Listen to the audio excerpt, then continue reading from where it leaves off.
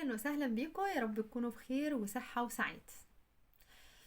بصوا، يعني هو ايه الفترة دي؟ يعني هو من بدري، بس خصوصا الفترة دي تلاقي بقى ايه في ناس كده لما تيجي تسألها عاملة ايه يا حبيبتي؟ هعمل ايه؟ اديني عايشة. كويسة الحمد لله. كويسة. هجيبك كويسة منين؟ هجيبك كويسة منين؟ الواحد طول النهار قرفان وزهقان والدنيا صعبة والدنيا غالية. طب يا حبيبتي ان شاء الله ربنا يفكها عليكي وعلينا. ربنا يا حبيبتي يفكها. هيجي منين؟ ما التجار عمالين يغلوا في الحاجة، والحاجة كل يوم بتغلى. معلش الحمد لله، ربنا يديم علينا بس نعمة الولاد في حياتنا. ده انا طول النهار عمالة الف بيهم بالمستشفيات، وده تعبان وده عمال يزعق وده عمال يعيط وده عمال مش عارف ايه. يا حبيبتي معلش ان شاء الله ربنا هيحسن الحال وايه، وربنا هيهديهم لك. وهتيجي الهداية منين اذا كان ابوهم مش عارفة فيه وفيه وفيه؟ وهتعمل ايه؟ وتبصي تلاقي كل ما تحاولي يعني ان انتي هتاخدي منها جملة كويسة، تبصي تلاقي الدنيا باظت. مفيش اي حاجة كويسة جاية من ناحيتها تكرهك في اليوم اللي انتي عرفتيها فيه. وتبدأي ان انتي بينك وبين نفسك تقولي انا إيه اللي خلاني اتصلت؟ يعني انا عارف في حاجات. ماشي، الحياة غالية، في مشاكل كتير بتواجهنا. حلو قوي ان احنا من فترة للتانية كده نفضفض مع بعض. انما الفضفضة حاجة، والشكوى المستمرة طول الوقت حاجة. البني ادم اللي انتي لما تكلميه لما يقول الحمد لله مرة، تحسي ان هو كده مش طبيعي، ان هو في حاجة، لان هو اصلا مش متعود على كده. طب لما يعني قولي الحمد لله، ربنا ان شاء الله هيزيدك وهيحسن الاحوال. يعني ايه المشكلة؟ عايزة بقى تحكي وتفضفضي، دي ليها اتجاه تاني خالص. وحتى الفضفضة مش بتبقى بالشكل ده. يعني مش اللي هو بقى ايه، الدنيا سودة وخلاص بقى وناس زمانها الدنيا ومحدش بيودني ونبدأ نشغل بوسي بقى لف بينا يا دنيا والدنيا خلاص بقى كده اسودت وحاجة زفت.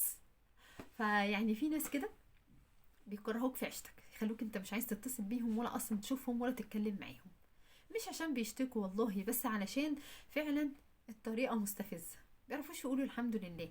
ما يعرفوش يقولوا مثلا مرة، يعني يفتكروا كده نعمة ويقولوا النعمة دي موجودة في حياتي، ده نشكر ربنا عليها.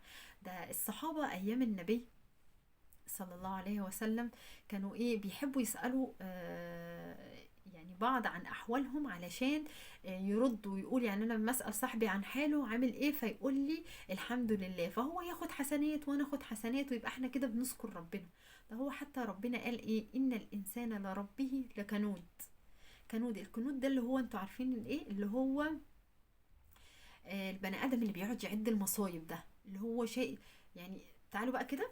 يعني انا طبعا زي ما قلت قبل كده 100 مره انا غير مؤهله ان انا اتكلم في الدين، بس انا بتكلم في الجزء اللي يخصني. تعالوا كده من الناحيه النفسيه. تخيلوا ان انا كل يوم انا زفت، انا احوالي نيله، انا مش عايش، انا خلاص الدنيا غاليه، وانا مكتئب، وانا مش هعرف اعمل حاجه. انت فعلا ولا هتعرف تعمل حاجه؟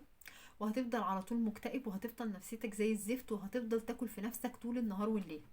لان حتى ده نفسيا مش صحي، مش صحي.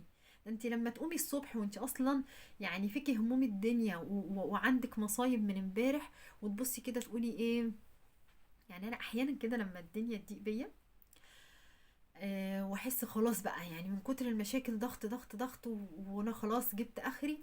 فابدا بقى ايه، الشيطان يبدا بقى رايح جاي قدامي ويقول لي ايه، بصي ده انت عندك المشكله الفلانيه والمشكله الفلانيه والمشكله الفلانيه. واحس الدنيا اسودت. فبص كده لنفسي واقول ايه، الحمد لله انا عندي ايد باكل بيها، عندي رجل قادرة ان انا امشي عليها، ممكن يكون حد تاني محروم منها. عندي بصر بشوف بيه، عندي ولادي الحمد لله ربنا يديهم الصحة، صحتهم كويسة، مفيش طفل عنده اعاقة، مفيش طفل عنده تأخر ذهني. اللي هو بقى انتي اصلا لو ركزتي كده شوية هتلاقي عندك حاجات كتير، نعم كتير جدا. عندي بيت انام، عندي سرير، عندي بطانية بتغطى بيها، وناس تانية نايمة على الرصيف في البرد بيموتوا من كتر البرد، وناس تانية عايشة في مخيمات. عدوا النعم يا جماعة، عدوا النعم. كفاية كفاية ان احنا نعد المصايب ونعد البلاوي. انا فعلا لما بتيجي عليا فترة بص وعد مصايب او بلاوي او خلاص بقى، يعني اللي هو الدنيا تسود في وشي، فبلاقي ايه ده، لا لا، ايه ده، المصايب دي بتخلينا ما بنشوفش اي نعم خالص. بلاقي ان الحالة بتسوء اكتر، انا نفسيا بتدهور. حتى يعني ساعات بحس ان سبحان الله ربنا بيزعل مني، انا قاعده اعد المصايب المصايب المصايب. دي ابتلاءات ربنا بيبعتها لنا علشان خاطر يختبرنا، يشوف هنحمده عليها ولا هنبدأ ان احنا نعترض ونقعد بقى نعمل الحاجات الغريبة اللي احنا بنعملها دي. فربنا يهدينا. يا جماعة لو سمحت خلونا من الناس اللي بتعد النعم مش النقم، لان فعلا نعم ربنا كتير علينا جدا جدا جدا، بس للأسف احنا مش بنشوف غير نص الكوباية الفاضي، في نص مليان. يا ريت نبص عليه كلنا. ربنا يحفظنا جميعا يا رب.